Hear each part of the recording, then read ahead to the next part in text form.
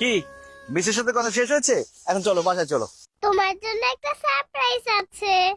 কি বলো? আমার জন্য সারপ্রাইজ? কি সারপ্রাইজ? তুমি তো শুধু বিয়ে করতে চাও। এতদিন তোমার বিয়েতে আমি বাধা দিয়েছি, আজকে আমি তোমার বিয়ে ঠিক করে ফেলেছি। কি বলো? তুমি আমার বিয়ে ঠিক করেছো? কার সাথে? দাঁড়া, আমি তোমার হবু বউকে ডাকছি। মিস, মিস, এই হচ্ছে তোমার হবু বউ। আচ্ছা, কি বলো এসব তুমি? আমি ঠিকই বলছি বাবা। মিসের সাথে আমি তোমার বিয়ে ঠিক করে ফেলেছি। তোমরা দুইজন কথা বলো, আমি পাশে আছি।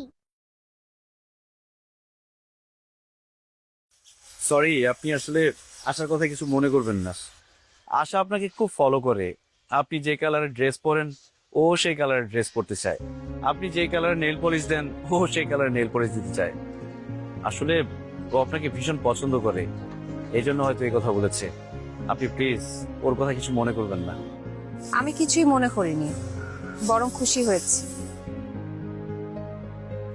আপনি আশার অভিভাবক হলেও আশা কিন্তু আজকে আপনার অভিভাবকের কাজ করে ফেলেছে। মানে কি করেছো? আমার বাবা মার কাছে আপনার আর আমার বিয়ের প্রস্তাব দিয়ে তাদের রাজিও করে ফেলেছে।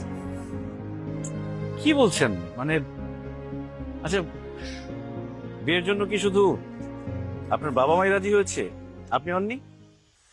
আপনি এত বোকা কেন জাহিদ সাহেব? আমি যদি বিয়ের জন্য রাজি না হই, আমার বাবা মা কি রাজি হবে? আসলে আশাকে আমারও নিজের মেয়ের মতো মনে হয়।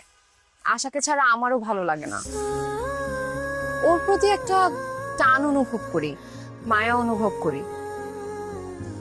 আমি আশার টিচার হলেও নিজেকে আশার মাই মনে হয়। এজন্য আমি আমার বাবা মাকে বলে দিয়েছি আমি এই বিয়েতে রাজি। সত্যি আপনি আমাকে বিয়ে করবেন?